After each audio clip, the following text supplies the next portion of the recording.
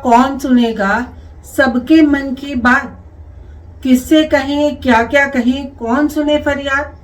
कौन है नेता, कौन अभिनेता, कौन खड़ा जनता के साथ। किस नेता का बढ़ता खाता, कौन खड़ा सच के साथ। नमस्कार, स्वागत है आपका टी न्यूज लाइव में। मैं हूं आपके साथ तृप्ति श्रीवास्तव।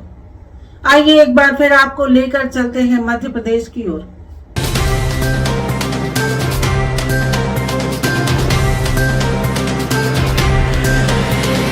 मध्य प्रदेश में आज हम बात करेंगे ज्योतिरादित्य सिंधिया की। बीजेपी की 5वीं लिस्ट जारी हो चुकी है और 5वीं लिस्ट के जारी होते ही एमपी में बीजेपी के विरोध के स्वर बहुत तेज हो चुके हैं।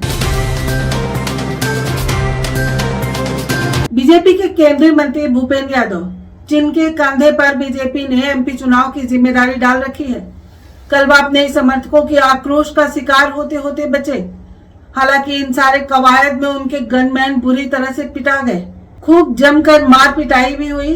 आपको बता दें कि भूपेंद्र सिंह यादव अपने ही समर्थकों के आक्रोश का शिकार होते होते बच गए और उनके ही समर्थकों ने उनकी अच्छे से बैंड बजा डाली। वहीं दूसरी तरफ ग्वालियर की ओर एक अलग ही तस्वीर निकल कर आई है।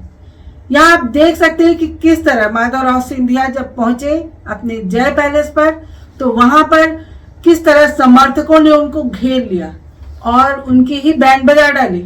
मामला फिर वही टिकट के बंटवारे का था। आपको बता दें कि केंद्रीय मंत्री ज्योतिरादित्य सिंधिया जब अपने समर्थकों के साथ ग्वालियर पहुंचे तो वहां उनके समर्थकों ने उनको घेर लिया, जमीन पर लेट गए, धक्का मुक्की करने लगे। बड़ी मुश्किल से निरीह ज्योतिरादित्य सिंधिया अपनी जान बचा के वहां से निकल गए। टिकटों के बंटवारे के मामले को लेकर ज्योतिरादित्य सिंधिया बुरी तरह फंस चुके हैं।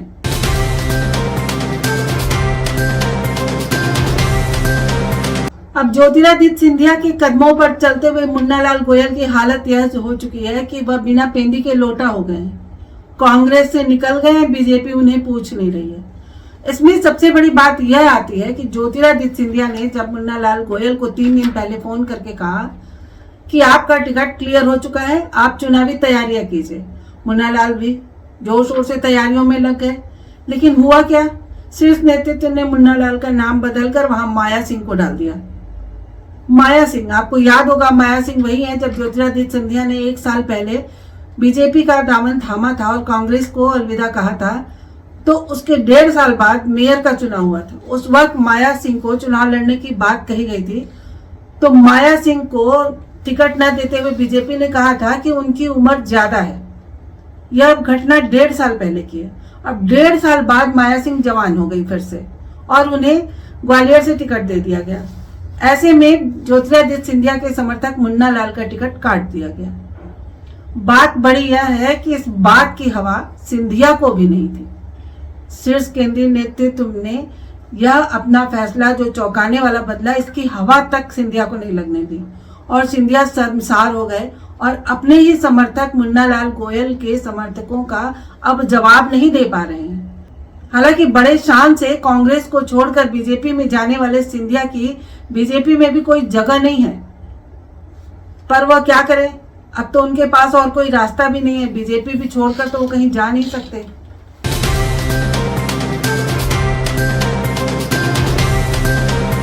आपको याद होगा, ऐसे में दिग्विजय सिंह का एक बयान उन्होंने कहा था कि जब तक ज्योतिरादित्य सिंधिया कांग्रेस में थे, महाराज थे और बीजेपी में जाते ही भाई साहब हो गए।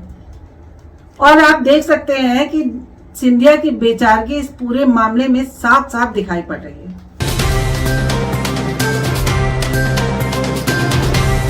ऐसा लगता है कि सिंधिया जिस लालच में बीजेपी में गए कि उन्हें एमपी संभालने की जिम्मेदारी दी जाएगी, बीजेपी ने तो उन्हें उम्मीदवारों को चुनने में भी महत्व नहीं दिया, खुद उन्हीं के समर्थकों का टिकट काट दिया। हालांकि लोगों की माने तो लोगों का कहना है कि मुन्नालाल गोयल से अच्छा उम्मीदवार उस क्षेत्र में कोई नहीं है। इसके बावजूद बीजेपी ने सर्वे भी कराया और सर्वे में भी यही निकल कर आया कि मुन्नालाल गोयल ही उस सीट से सबसे अच्छे उम्मीदवार हैं। हालांकि इसके बाद भी माया सिंह को टिकट देना और मुन्नालाल गोयल को इस रेस से बाहर कर देना कहीं न कहीं ज्योतिरादित्य सिंधिया के लिए साफ साफ संकेत है कि उनकी पार्टी में क्या हालात हैं। माया सिंह को तो देखा जाए तो माया सिंह के जो पुरखे हैं उन्होंने जनसंघ की बहुत सेवा की, तो उनको अपने पुरखों की सेवा का फल दिया गया। अब ना तो सिंधिया को और ना ही मुन्ना लाल गोयल को यह समझ में आ रहा है कि मुन्ना लाल गोयल को किसने ठगा, सिंधिया को किसने ठगा, या सिंधिया ने किसको ठगा, या दोनों को किसने ठगा। दोनों यह समझ नहीं पा रहे हैं।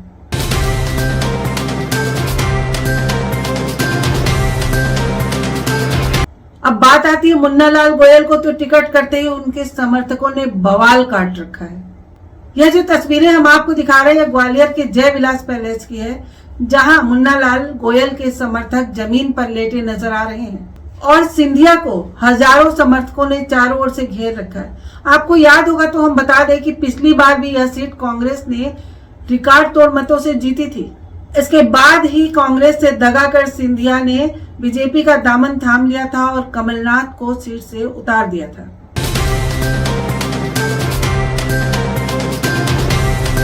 अब देखना दिलचस्प यह होगा कि बीजेपी ने एमपी में गणित के जो फार्मूले लगा रखे हैं वह हिट होंगे या पिट जाएंगे। फिलहाल बात जो भी हो, बीजेपी की राह एमपी में अब आसान नहीं है। इस पूरे मामले में आपका क्या विचार है, कमेंट करके जरूर बताइएगा।